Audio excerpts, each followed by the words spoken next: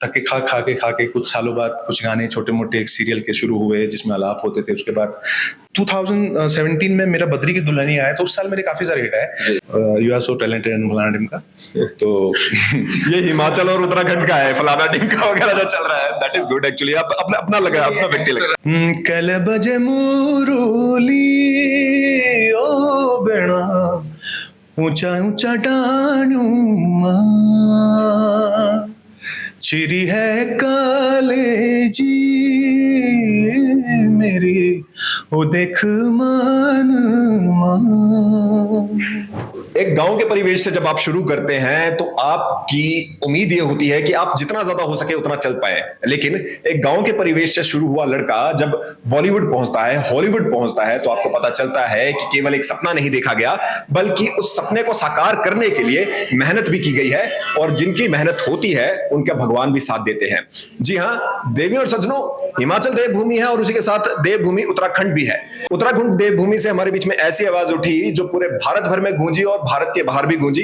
इन्होंने प्रीतम दा के साथ भी काम किया है, इन्होंने बद्री की दुल्हनिया में भी यहां पर अपनी आवाज दी है, सलमान खान जी के साथ काम किया है, शाहरुख खान जी के साथ काम किया है, मार्शमैलो के साथ काम किया है, और अगर मैं तारीफ करता जाऊंगा तो तारीफ होती जाएगी, इंटरव्यू समाप्त नहीं होगा, शुरू ही नहीं होगा। देवी और सज्जनों, हमारे बीच में है all the way from Uttarakhand Dev Negi ji. Dev Negi भाई, कैसे हैं आप? एकदम बढ़िया मुकुल जी। और जब मैं यहाँ पे बात कर रहा था, आपकी जो स्टोरी है सबसे पहले वो बहुत इंस्पिरेशनल है, especially for those people who want to do something in their life, and you come from I won't say remote, लेकिन काफी जी काफी इंटीरियर से आते हैं। और जब आप मार्शमैलो जैसे किसी व्यक्ति के साथ काम करते हैं, शाहरुख साहब के साथ काम करते हैं, सलमान जी के साथ काम करते हैं, तो एक जिसे कहते हैं आपके चेक बॉक्सेस टिक होते रहते हैं।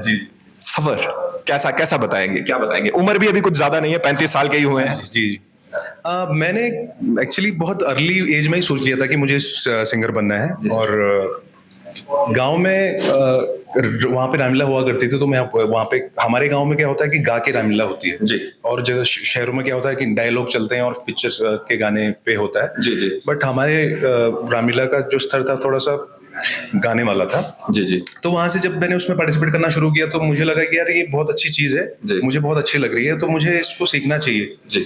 फिर मैं मंजीरा बजाया करता था, वहाँ पे कीर्तन हुआ करते थे, और जो लोकल वहाँ पे जो फंक्शन होते थे बचपन में वो अटेंड करता था जी। उसके बाद वहाँ पे जैसे कि आपने बताया कि बहुत ही रिमोट एरिया, बहुत ही छोटा वो है, मेरा विलेज है, वहाँ पे स्कोप नहीं था म्यूजिक सीखने का, तो आई थॉट कि मुझे यहाँ से बाहर निकल के कहीं पे म्यूजिक सीखना चाहिए। तो मैं उसके बाद आया जलंधर में मैंने 4 साल यहाँ पे म्यूजिक सीखा, जो उसके कुछ बेसिक्स होते हैं बेसिकली। वैसे मैंने ज्यादातर म्यूजिक को सुन के ही एडॉप्ट किया है, जैसे मैंने सोनू निगम जी को बहुत मानता हूँ और अपना रफी साहब को बहुत सुना है, किशोर दा को बहुत सुना है, फिर उसके बाद वेस्टर्न सिंगर हो गए, जॉन मेयर हो गया, माइकल जैक्सन हो गया, तो इन सारों को सुन के इनकी आवाजें ऐसे ये कैसे गाते हैं उनसे मैच करना, ऐसे बचपन में ऐसा करता था। फिर वही शुरू किया मैंने, फिर मुझे जाना तो था, फिर मैं मुंबई आया। मुंबई में बहुत कठिन रहा सफर इनिशियली, क्योंकि किसी को जानता नहीं था। फिर धक्के खा के कुछ सालों बाद कुछ गाने छोटे मोटे एक सीरियल के शुरू हुए जिसमें आलाप होते थे। उसके बाद क्योंकि स्टेप बाय स्टेप होता है, क्योंकि और होना भी नहीं चाहिए था वैसे, क्योंकि कभी किसी का अचानक ऐसा होता है तो वो पजल हो जाता है कि क्या हो गया मेरे साथ, और अचानक गिर भी जाता है, फिर कभी ये भी हो जाता है। तो मेरे साथ ग्रेजुअली हुआ है और मेरे दिमाग को और मुझे पता लग रहा था कि हाँ मैं ऐसे जा रहा हूँ, ग्राफ मेरा ऐसा जा रहा है। तो फिर फाइनली 2015 में मुझे एक अच्छी पिक्चर का गाना मिला, गब्बर इज बैक का, और तनु वर्ट्स मनु का। फिर भी ऐसा हो रहा था कि कोई बैंग ऑन ऐसा नहीं कि ये समथिंग कि यार एक सिंगर आया मार्केट में, ऐसा बैंगर कोई वैसा नहीं यार। तो 2017 में मेरा बद्री की दुल्हनिया आया, तो उस साल मेरे काफी सारे हिट आए। बद्री की दुल्हनिया आया, स्वीटी तेरा ड्रामा आया, और ये आया क्या बोलते टन तारा आया, और तो काफी सारे गाने, और फिर आया बटरफ्लाई आया उसी साल। तो तब से मेरा जो एक जर्नी जो है मुकम्मल तो मैं नहीं कहूंगा, वो तो हमेशा चलती रहेगी जब तक मैं जिंदा हूँ। तो तो वो जर्नी मेरी वहां से, मुझे शोहरत दौलत मतलब वहां से मिलनी शुरू हुई, और अभी मैं उसी के पीछे पड़ा हूँ कि यार मुझे अच्छा काम करना है और अच्छा काम करना है। अगर हम बात करें देव नेगी जी की, ये एक सपना बताना कि भाई मुझे बॉलीवुड प्लेबैक सिंगर बनना है, और वो भी एक गांव में, वो भी उन लोगों को जिनको ऐसे हंसी आएगी, ये तो बड़ा, क्योंकि हमारे गांव के परिवेश एक जैसे हैं, देवभूमि आपकी भी हमारी भी, तो वहां पे ऐसे होता है, हाँ हाँ तू तो बहुत बड़ा वो बनना चाहता था, ऐसा वैसा, तो हुआ होगा वो आपके साथ? हुआ है। कैसे डील किया उसके साथ, क्योंकि ऑब्वियसली आप क्योंकि छोटी एज से स्टार्ट हुए और गांव का परिवेश है, शहर भी नहीं गए हैं। मैं आपको ये बताऊं कि मैं जब 12-13 साल का था ना, तो कैरोके आते हैं, कैरोके जो होते हैं, तो मैं उस पे घर पे ही ऐसे एक डेक में कैसेट डाल के कैरोके लगाता था, और एक रिकॉर्डिंग का फ्लिप्स का टेप आता था, उस पे रिकॉर्डिंग दबाता था, वहां से ट्रैक्स चलता था, मैं गाता था, फिर अपने दोस्तों को बोलता था कि देखो मैं मुंबई गया था झूठ कि, और मैंने गाना रिकॉर्ड किया। कहते हाँ, तो बोलते थे अच्छा कब गया, ऐसे बचपन में कुछ भी बोलते थे, तो कि वो बोलते नहीं तू नहीं गा रहा है, तू झूठ बोल रहा है। मैंने कहा कसम से खा रहा हूँ, मैं भगवान की कसम खा के बोल रहा हूँ मैं ही गा रहा हूँ। तो वो मानते नहीं थे पहले, फिर उनको लगा कि हाँ ना ये तो यही काम भी करता है, शायद यही है। तो बहुत कम अर्ली एज में मैंने रिकॉर्डिंग मतलब इस तरीके से मतलब शुरू किया वहां पे। फिर मैं जब बोलता था किसी को, या कोई बहुत कम लोग होते थे जो अप्रिशिएट करते थे कि हाँ बेटा चलो करो, कुछ लोग होते थे अरे वहां पढ़ता है, कितने वहां पे तो रमखान पढ़े हैं वहां पे, और तू यहाँ से तेरे को ना कोई शिक्षा है, ना वो है, ना बोलना, ना अच्छी स्कूलिंग थी हमारी, हम भी वही अपना गवर्नमेंट स्कूल से पढ़े हुए हैं। तो फिर मैंने तो ठान लिया था, मैंने बहुत ही इस बात को चैलेंज ऐसा नहीं लिया कि इनको दिखाना है, मैंने अपने लिए सोचा कि मुझे बेटर होना है, मुझे बनना है, एनी हाउ बनना है। और जो उम्र होती ना, वो कब सोचा था मैंने, 13, 14, 15, जब किसी लकड़ी को कच्ची लकड़ी को मोड़ सकते हैं ना, बड़े को कोई सोचेगा यार मुझे ये करना चाहिए, तो फिर नहीं हो सकता।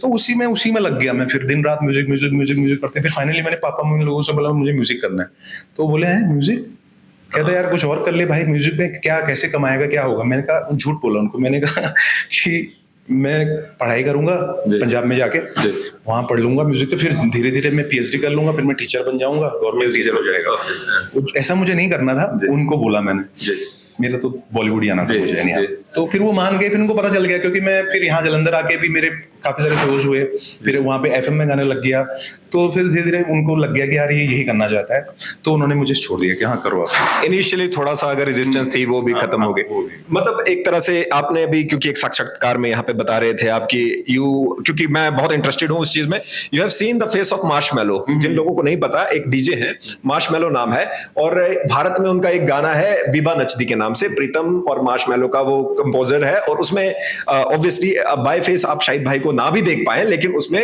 गानों में इनका आवाज है।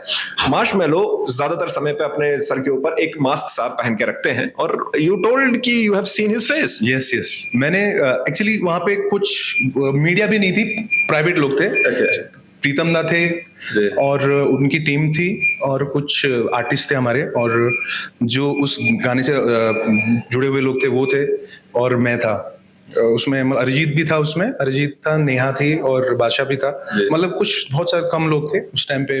उन्होंने ऐसा उतारा, बड़ी आपने बहुत अच्छा गाया, यू इंग्लिश वेरी वेल। हाँ, इंग्लिश में हुआ, ऐसा नहीं बोला बाद में कि हाँ भाई ऐसा नहीं बोला उसने, हिंदी बोलने लग गया, ऐसा हिंदी नहीं बोला, मैंने बोला यार you are so talented and फलाना टीम का, तो ये हिमाचल और उत्तराखंड का है, फलाना टीम का वगैरह जो चल रहा है, दैट इज गुड एक्चुअली, अपना लगा, अपना व्यक्ति लगा, एक्सेट्रा वाली चीज है फलाना टीम का जी।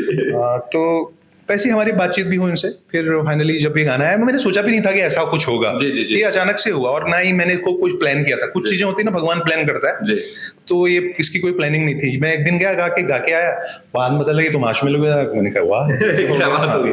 मैं एक्चुअली अब क्योंकि समय कम है, भाई भी जैसे कह रहे हैं, तो मैं एक्चुअली सुनना तो मैं चाहता था कि बहुत सारे गाने गाए, लेकिन वो ऑब्वियसली आप वहां पे सुनाएंगे ही, और 10 बजे के आसपास आपको स्टेज पे चढ़ना है, 2 घंटे आप लगातार यहाँ पर हमारे लोगों को एंटरटेन करेंगे।